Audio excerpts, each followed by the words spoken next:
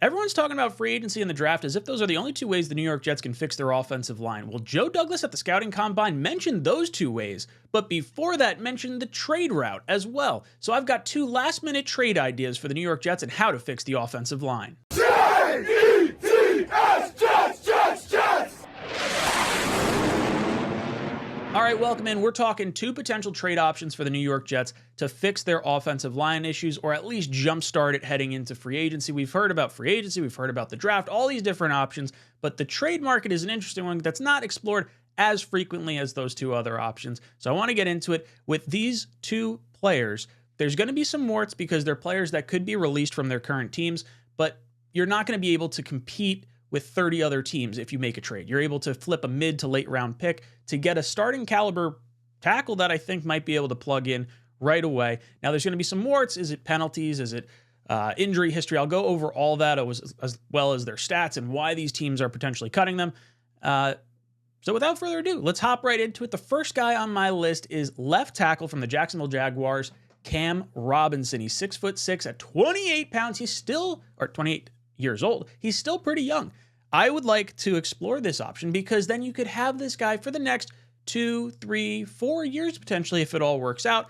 Now, as you can see from his Pro Football Focus grades, he's mainly known as a pass blocker, not so much on the run blocking side of things, but I'll be honest, based on how I saw Breece Hall perform with our previous offensive line, if we could just get pass blocking, I'm sure he will be just fine anyway.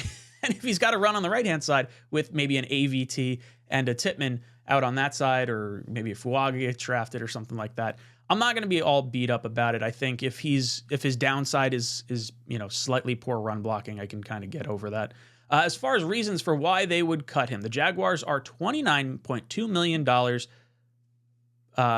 under the salary cap, but they're going to have to give Josh Allen a massive contract, and they're still trying to figure out everything else with their draft class and money that's going to have to come in and how they're going to allocate stuff. And there's just been, maybe a little underperforming from Cam Robinson in his time there. Now, as far as if he is cut, he is going to save the Jaguars $17.3 million, so it's a pretty hefty amount of money that they're going to be able to save by moving off of him. And then, like I said, it's expected to be a mid to late round pick. Really, late round pick, if this guy's going to get cut, any team would take a 7th round pick over just releasing them outright because they save the same amount of cap space either way. Now, as far as his injury history goes, he has, played percentage snap-wise, basically like 80% of the snaps throughout the majority of his career, with the exception of the 2 years in 2018 and 2023. Now, you might be asking, hey, why are those numbers like that? I don't particularly like that. So he tore his ACL in 2018, had a knee sprain in 2019. So that's where like the large chunk of games missed in 2018 came from. He was pretty much fine through 2020 and 2021. He did have a right meniscus injury in 2022, but then this past year missed a significant portion of games because he aggravated his knee, but it's a different one, not the one he tore. He tore his left knee, his ACL, and then he, I guess, had his right meniscus issue last year. This year was back to the left knee issue, and he had a 4-game suspension for PED. So he missed a bunch of time because of, obviously stupid stuff. But I'm not too banged up about the PED side of things. Hopefully he just doesn't get caught again, if I'm being honest. But the knee is definitely a little bit more of a concern. But just like we've seen with Tyron Smith, and we've seen with Bakhtiari, and, even like a Trent Brown, there's going to be some missed games and things of that nature when you're talking about free agent offensive tackles. The really cream of the crop guys don't generally hit the market too frequently. So if you're okay with maybe an 80% playing threshold, and you're going to bank on the fact that he's probably not going to tear an ACL and he's probably not going to get suspended 4 games for PEDs again, then 80% of the time isn't quite so bad, especially when you consider Mekhi Becton has missed 2 years. But maybe that's not a high enough threshold for you. So we'll kind of continue talking about this. As far as penalties goes, he's not terrible. About single-digit penalties for the most part. Now, obviously, I highlighted 4 in 2018 because he only played in, I think it was 1 game or 2 games. So 4 extrapolated over the course of an entire season. Significantly more if he were to play the entire time. So first 3 years of his career, very, very injury-prone. Penalty-prone. But then he kind of took a little dip off here the last few years. 2023, I probably could have highlighted orange because he missed about half the season. But again, 4 penalties, if you extrapolate it out, isn't really all that terrible. I like Cam Robinson as a potential option for the New York Jets. For the salary cap savings that the Jaguars are going to have, maybe there's some sort of situation where you can come on over this way. Now, as far as other options that the New York Jets could consider, you've got one, Garrett Bolles, left tackle, Denver Broncos, 32 years old, 6'5", 300 pounds. If you look at his Pro Football Focus grades, this is the one I would prefer over anyone else. Still going to have his warts, but we'll get into that in just a little bit here. Really good offensive grading from Pro Football Focus. Basically plays over 1,000 snaps in the majority of his seasons.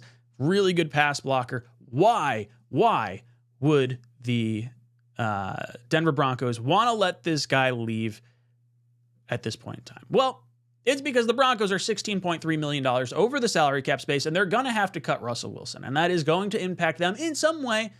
Although if they designated a post-June 1st cut, it's actually, since they already are on the hook for his salary for this season, it actually does not do anything for their salary cap for this year.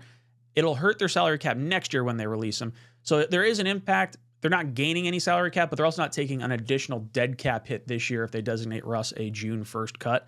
Now, if Garrett Bolles is cut, oh, look, lo and behold, it saves the Broncos $16 million. That's going to get them right to even heading into free agency. They're obviously going to have to make some more cuts. They're going to lose some starting caliber players in this capacity because they also have to sign their draft class. So it's not just a one-time thing. Could they be moving a Courtland Sutton potentially, who I would also like the Jets to be in on, or a Jerry Jeudy, who's got a pretty hefty cap hit as well. There's going to be a lot of moving pieces over in Denver, things to keep an eye on. And like I said, this is probably going to be a mid to late round pick. Garrett Bolles might be someone that might be a little bit more in demand if it's known that he's going to be a potential trade option, unless teams are just kind of sitting back waiting like, okay, we can go get this guy in free agency. But I like what he provides from a skill perspective. Now, as far as injuries go, he has been healthy for the majority of his career, basically playing 90 to 100% of the snaps throughout the entirety of his career. The 2021 year, with the 80% snaps, he had a high ankle sprain, and then the 28.6% snaps that he had 2 years ago when he played under Nathaniel Hackett, our offensive coordinator, he had a broken leg. So I don't necessarily think broken legs are going to consistently happen. So the 2022 campaign does not really bother me so much. And high ankle sprains, look, it just happens. Offensive linemen, they get their legs rolled up on. It's going to be a problem for basically all offensive linemen. But this is like the health-wise, this is where I would like to live in this capacity here. As far as penalties go, really heavily penalized at the beginning part of his career. 12, 10, 10. This is where the warts kind of come in for Garrett Bolles, where he could get you into some bad negative downs and distances. Now, they haven't really had any sort of consistent quarterback play out in Denver for the last few years, and Russell Wilson tends to have a style of play that isn't conducive for, helping your offensive lineman necessarily. He holds onto the ball for a really long time, which helps generate holding penalties and, rough situations for offensive linemen. So you'd have to dive into it a little bit more for the last 2 years. But overall, he did see a little bit of a drop in 2020 and 2021. Maybe playing with an Aaron Rodgers might eliminate some of those pre-snap or holding level penalties because the ball is coming out so fast. This is something I would be willing to roll the dice on because as it stands, our current offensive line, Mekhi Becton had 12 penalties this past year. But then everyone else, Lakin had 4, Tippmann had 5, AVT had 1. Granted, he only played a little bit of the season. McGovern had 3. So you're all like in that single-digit number. So he's kind of, within range with where I'd like to be. This does not bother me quite so much. And in terms of, I mentioned he played for Nathaniel Hackett already. How is his relationship with Nathaniel Hackett?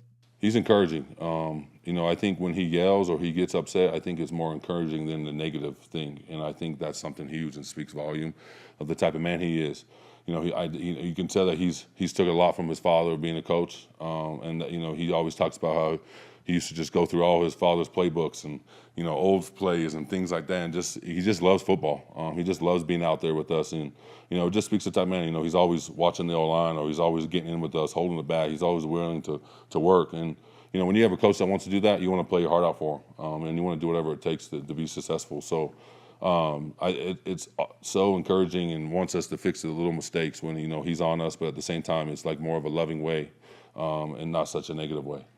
Yeah, I think there's been some times in the last, since last couple of weeks where, I'll miss a block or, you know, something happens and I'll go back there and I say, hey, Russ, are you good? And then he puts his arm around me. Or like today, I said, let's go on Tuesday. The defense jumps outside and we throw a deep bomb to Cortland and he jumps, you know, I don't know, 100 feet out of the air to catch the ball. So, I mean, that man can jump. So, you know, little things like that, that's just so encouraging. He's always just in our ear, always wants us just to continue to strive to be great. And, you know, I feel like if he continues to bring that energy, it's going to speak a lot for us.